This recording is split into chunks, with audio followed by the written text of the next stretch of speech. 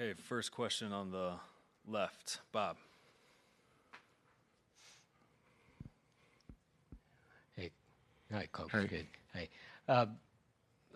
You guys competed real hard. Luka was obviously hurt.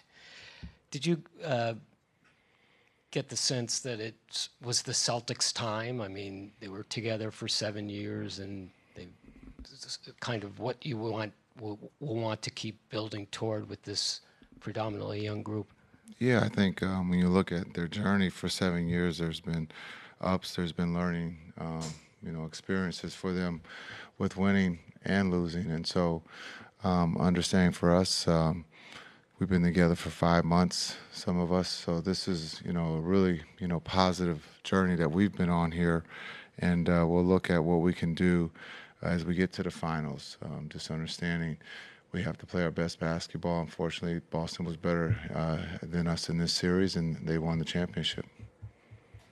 Middle, Dwayne. Dwayne Price, Maps.com. Jason, was there anything in particular that the Celtics did on the defensive end to slow down your offense? Yeah, we had some great looks there that just didn't go down for us. Kai has a layup that rims in and out. PJ had great looks, just wasn't our night, offensively. Tim.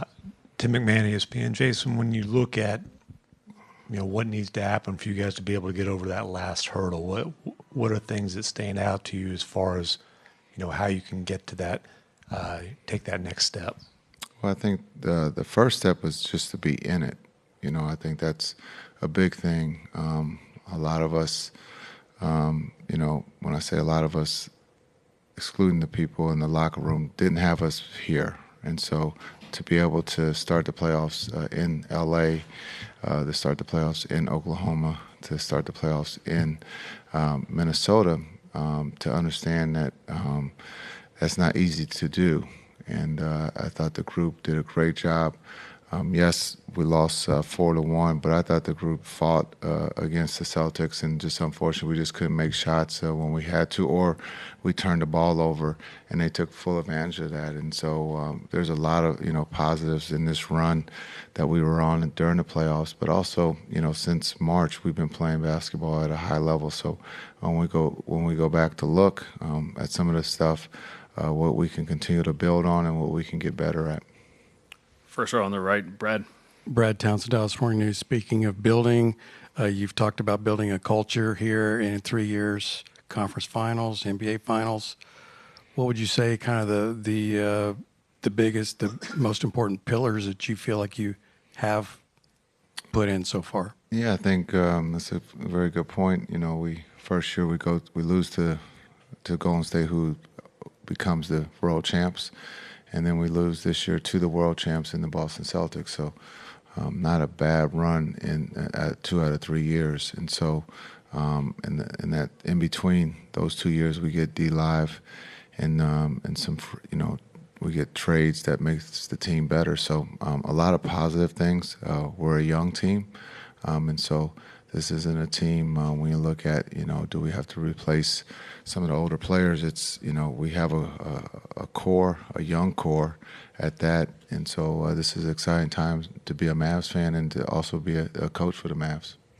Second row, Tim. Tim Cato, The Athletic. Jason, obviously Luka dealt with a lot of injuries throughout this postseason run. What can he learn from this?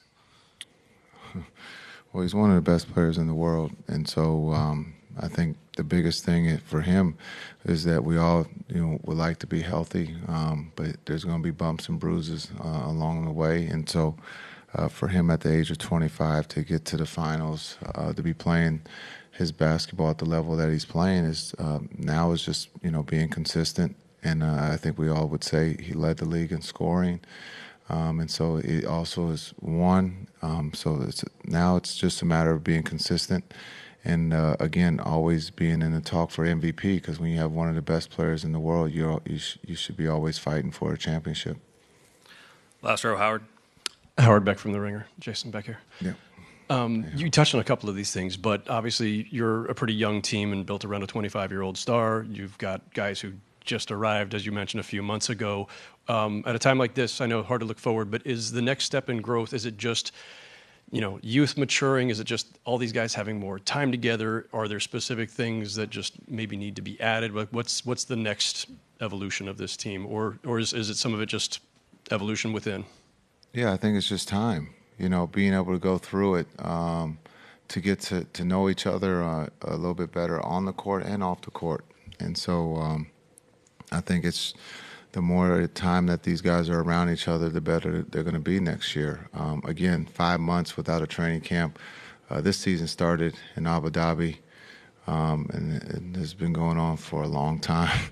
So for this group to spend time together, to fail, and to understand what it feels like to fail, and also to see what failure is, and then how do we get better and learn from that. And that's I think I've got a great group of young men who will be hungry this summer and will come back ready to play at a high level.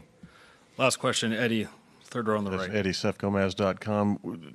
I think it was 19-18 there, and you guys had played well up to that point, got the early deficit down. What happened there when you had some empty possessions? I think they might have had a couple of steals, or you guys had a couple of turnovers, and it snowballed after that. Yeah, it snowballed quickly. The turnovers led to easy baskets or wide open threes, and so they took advantage of that. And we couldn't keep scoring or keep pace with them. We got good looks that just didn't go down for us. Thank you, Coach. Thanks.